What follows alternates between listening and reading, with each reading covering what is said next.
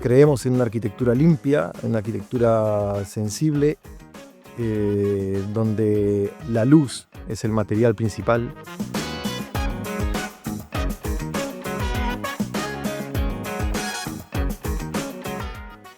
Con operaciones muy sensibles y muy simples, lograr cosas, lograr que un edificio funcione. El eje central de los proyectos son las personas, y cómo van a utilizar estos espacios.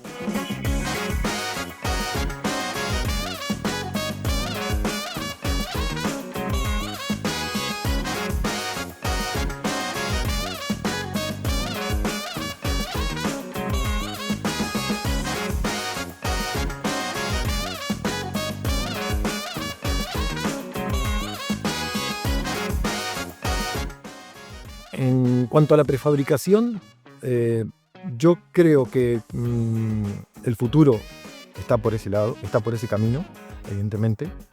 Creo que el camino de la prefabricación en tanto al desarrollo y la agilidad en las fases de construcción es fundamental, y en la eficiencia.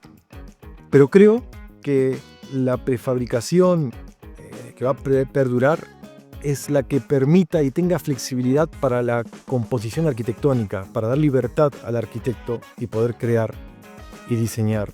Con Alco nos encontramos muy cómodos en ese aspecto, porque al final fue trabajar con un sistema donde en ningún momento nos encontramos encerrados en la forma de componer la arquitectura.